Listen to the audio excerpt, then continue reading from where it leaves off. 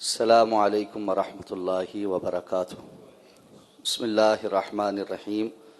اللہم صلی علی محمد وعلی آل محمد کما صلیت علی ابراہیم وعلی آل ابراہیم انک حمید مجید۔ اللہم بارک علی محمد وعلی آل محمد کما بارکت علی ابراہیم وعلی آل ابراہیم انک حمید مجید۔ عن ام سلمة رضی اللہ عنہا انہا سالت النبی صلی اللہ علیہ وسلم اتصلی المرأة في درع وخمار بغیر ازار قال اذا كان الدرع سابغا يغطي ظهور قدميها،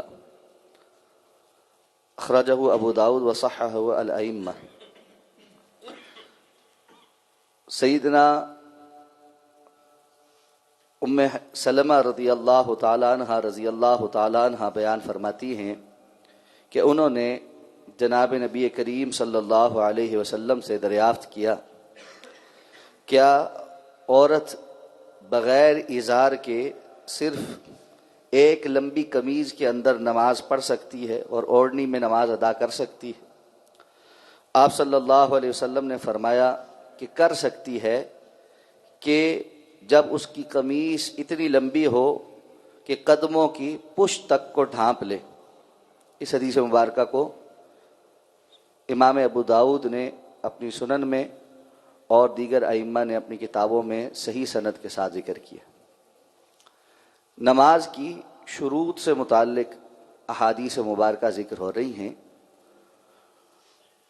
اس حدیث مبارکہ کو بیان کر کے جو مسئلہ ثابت کیا گیا ہے وہ یہ ہے کہ خاتون کے لیے لباس میں سر سے لے کر پاؤں کا جو اوپر کا حصہ ہے اس سب کو پورا کور کرنا یہ نماز کے لیے شرط ہے۔ اگر کسی خاتون نے ایسا لباس پہن رکھا ہے جو گاؤن ٹائپ ہے، یعنی جو ایسے قمیض کی طرح پہنا جائے اور وہ پاؤں تک لمبا ہو تو وہ پورے جسم کو ڈھانپنے والا ہے اور اس میں نماز درست ہے۔ ضروری نہیں کہ اس نے کوئی ازار بھی باندھ رکھا ہو۔ ہمارے ہاں تو عمومی لباس مردوں کے لیے بھی خواتین کے لیے بھی شلوار قمیص ہے۔ ان تمام لباس میں اس بات کا دھیان ضرور رکھا جائے کہ وہ نماز کے اوقات میں نماز پڑھنے کے لیے درست ہو، جس میں سے ایک شرط خواتین کے لیے یہ ہے کہ ان کا جو لباس ہے وہ جسم کے ساتھ بہت زیادہ جڑا ہوا یا چست نہ ہو، جس کی وجہ سے جسم اور اعضاء کی جو اظہار ہوتا ہو۔ عمومی طور پہ چونکہ خواتین گھر پر نماز پڑھتی ہیں تو وہ سمجھتی ہیں کہ گھر میں اپنے محرم لوگوں کے سامنے یا شوہر کے سامنے تو کسی بھی قسم کا لباس پہنا جا سکتا ہے اور اس میں کوئی مذائقہ نہیں، لیکن نماز پڑھتے ہوئے اس بات کو ملحوظ خاطر رکھا جائے کہ اگر گھر میں ایسا لباس پہنا ہے جو زیادہ چست ہے تو اس کے اوپر کوئی گاؤن یا چادر ایسی بڑی پہنی جائے جو اس کے جو ہے نا اس جو عذر ہے اس کو ڈھانپ لے، اور نماز پڑھتے ہوئے اس کا جسم کے جو اوپر جو لباس ہے وہ کھلا ڈلا ہو، تاکہ اس کے جو سطر کے نماز کے احکامات ہیں وہ پورے ہوں۔ اسی طرح رسول اللہ صلی اللہ علیہ وسلم کی حدیث سے یہ پتہ چلتا ہے، آپ نے فرمایا ایسا لباس جو خاتون کے قدموں کے اوپری حصے کو ڈھانپ لے، یعنی اس کے ٹخنے اور جو انگلیوں سے پیچھے پیچھے والا حصہ ہے اس کو ڈھانپ لے۔ اس سے یہ پتہ چلتا ہے کہ مکمل پاؤں ڈھانپنا یہ ضروری نہیں، وگرنہ رسول اللہ صلی اللہ علیہ وسلم ظاہر قدمیہا نہ کہتے، یعنی پاؤں کا جو اوپر کا حصہ ہے ظاہری حصہ ہے اس کو ڈھانپ لے۔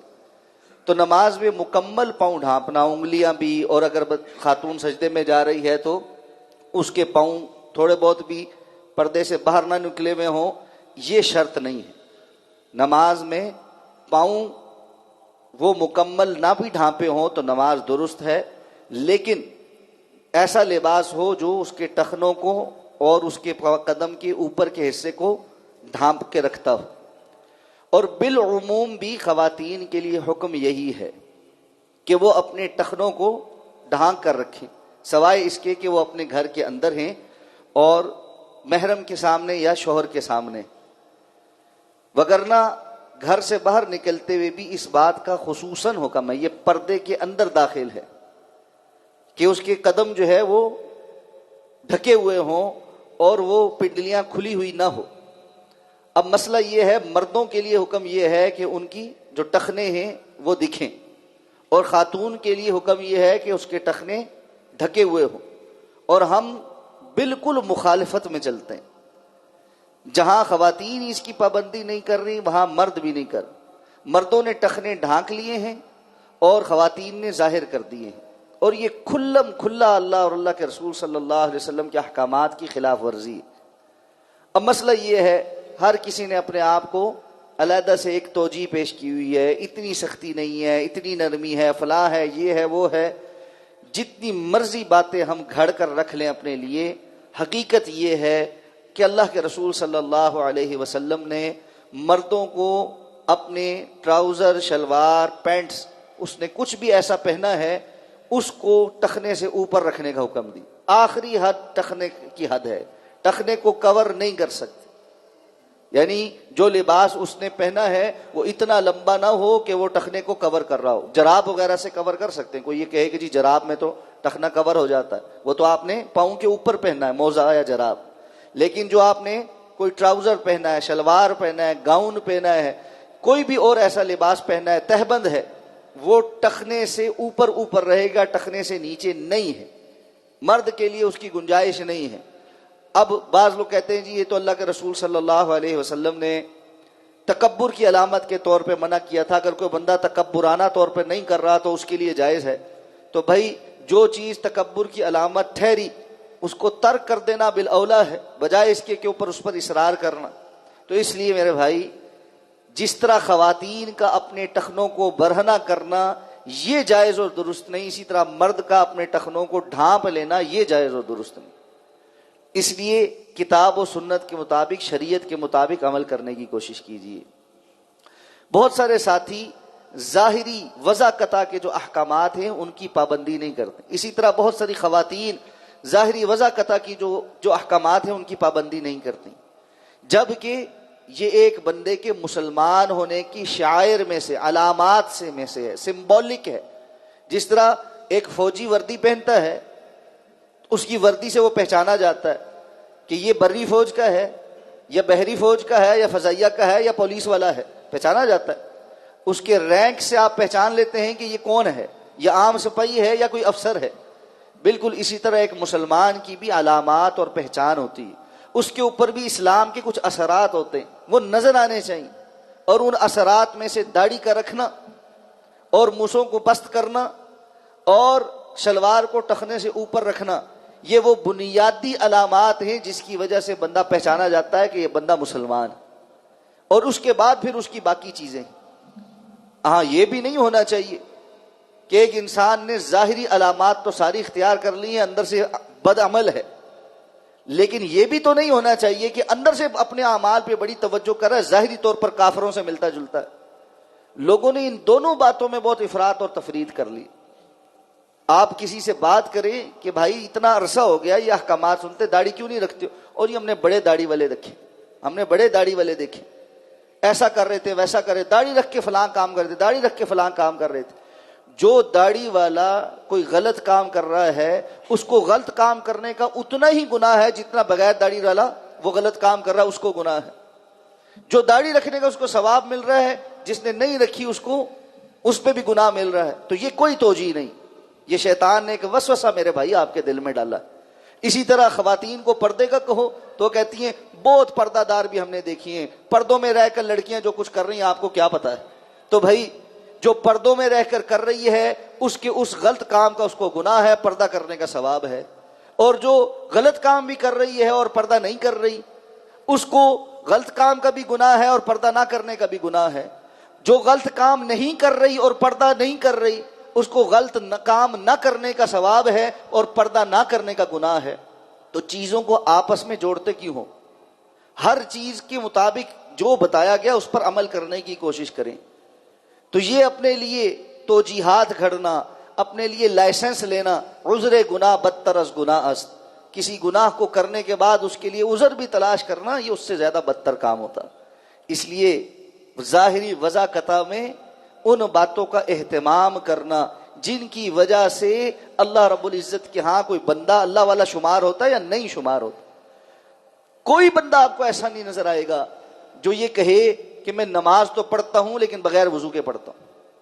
کوئی ملتا ہے جو یہ دعویٰ کرتا ہو کہ ٹھیک ہے ہو جاتی ہے، خیر ہے، کوئی بات نہیں، طہارت پاکیزگی کی ضرورت تھی، میں صبح نہا لیا تھا، صاف ستھرا ہوں، کہیں سے بو نہیں آ رہی، بدبو نہیں آ رہی، کچھ نہیں ہو رہا، نماز پڑھنی ہے، نماز پڑھنا مقصود ہے، اللہ کو وضو سے کیا لگے. کوئی بندہ ایسا نہیں ہے. وہ نماز کے لیے جانتا ہے کہ وضو کر کے آؤں گا تبھی نماز پڑھوں گا. اچھا، وضو کرتے ہوئے بھی وہ پوری ترتیب کا بھی خیال کرے گا. یہ نہیں کہ پاؤں پہلے دھو لیے، بعد میں منہ پر چھٹا مار لیا، پھر یاد آیا تو کونیاں دھو لی، آخر میں سر پہ مسا کر لیا کہ میں نے ترتیب ہی بدلی ہے، باقی سارا کچھ تو کیا ہے. یہ سب بھی کوئی نہیں کرتا. لیکن باقی کے معاملات میں کیا وہ اللہ اور اللہ کے رسول کے احکامات نہیں؟ کیا نماز سے باہر اللہ کے رسول کے احکامات نہیں ہیں؟ حقیقت میں صحیح بات تو یہ ہے، یہ نماز ٹریننگ ہے، یہ میری اور آپ کی تدریب ہے، یہ ہمیں سکھاتی ہے کہ اللہ اور اللہ کے رسول کی مان کر چلنا ہے. بغیر وضو کے نہیں آ کر نماز پڑھ سکتے، بغیر طہارت کے نہیں پڑھ سکتے، قبلہ رخ ہوئے بغیر نہیں پڑھ سکتے، جماعت امام کے پیچھے اس کے علاوہ نہیں ہوتی، امام سے پہلے سر اٹھا نہیں سکتے، رکھ نہیں سکتے، وہ کہے گا تکبیر تو تب ہم نماز میں داخل ہوں گے، امام سے پہلے سلام نہیں پھیر سکتے، وہ سلام کہے گا تو ہم سلام کہیں گے. یہ ساری تربیت ہے نا. نماز میں ادھر ادھر نہیں دیکھ سکتے، نماز میں باتیں نہیں کر سکتے، نماز میں کھا پی نہیں سکتے. کیوں؟ کیا بات چیت کرنا حرام ہے؟ کھانا پینا حرام ہے؟ ادھر ادھر دیکھنا حرام ہے؟ ویسے تو نارمل زندگی میں جائز ہے، لیکن نماز میں ایک ڈسپلن ہے، اس کو فالو کرنا ہے. ہر کوئی مانتا ہے. یہ مجھے اور آپ کو یہ سکھاتا ہے کہ زندگی کا بھی ایک ڈسپلن ہے، اس میں بھی ہم اپنی مرضیاں نہیں کر سکتے. جب امام سے پہلے سر اٹھانے والا اللہ کے رسول صلی اللہ علیہ وسلم فرماتے ہیں اللہ کو اتنا غصہ آتا ہے کہ قریب ہے کہ اس کا سر گدھے کا بنا دیا جائے، تو اللہ کے رسول صلی اللہ علیہ وسلم کی سنتوں کو اور آپ کے فرامین کو ساری زندگی چھوڑ دینے والا، اس پر اللہ کو کوئی غصہ نہیں آئے گا. اللہ کے رسول فرماتے ہیں جو بے پردہ خاتون گھر سے نکلتی ہے شیطان اس کے ساتھ ہوتا ہے، اور جو غیر محرم خاتون کی خوشبو سونگھتا ہے یہ خاتون فلاں فلاں ہے. اللہ کے رسول نے سخت الفاظ استعمال کیے. تو اب یہ خاتون کہے گی جی نہیں، میرے بارے میں بات کرنا یہ تو آپ بہت ججمنٹل ہیں، آپ مجھے جج کر رہے ہیں اور لوگوں کے متعلق کمنٹس نہیں پاس کرنے چاہیے، فلاں نہیں کرنا چاہیے. بھائی حضرت عمر رضی اللہ تعالیٰ عنہ کا قول بار بار آپ کو سناتے ہیں کہ انہوں نے کہا تھا وحی آنی بند ہو گئی، اب ہم آپ کے ظاہر پر آپ کے ساتھ معاملہ کریں گے، جو آپ ظاہری طور پر دکھیں گے ویسے ہی ہم آپ کے بارے میں سوچیں گے.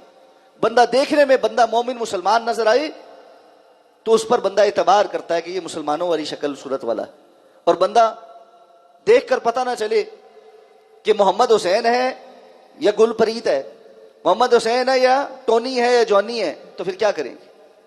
تو اس لیے میرے بھائی یہ اسلام کی جو احکامات ہیں یہ من جملہ ہیں، اپنے باطن کو بھی ٹھیک کرنا اور اپنے ظاہر کو بھی ٹھیک کرنا. اسی لیے نماز میں ایک حلیے کا بتایا ہے کہ اس حلیے کے مطابق کم از کم اختیار کر کے آؤ، زیادہ سے زیادہ بہتر سے بہتر کی کوشش کرو، لیکن کم از کم ایسا ہوگا تو اللہ کے سامنے کھڑے ہو کر نماز پڑھ سکتے ہو اور وہ قبول ہوگی وگرنہ نہیں ہوگی. اللہ ہمیں سمجھ کر عمل کرنے کی توفیق عطا فرمائے. سبحانک اللہم و بحمدک، نشہد ان لا الہ الا انت، نستغفرک و نتوب الیک.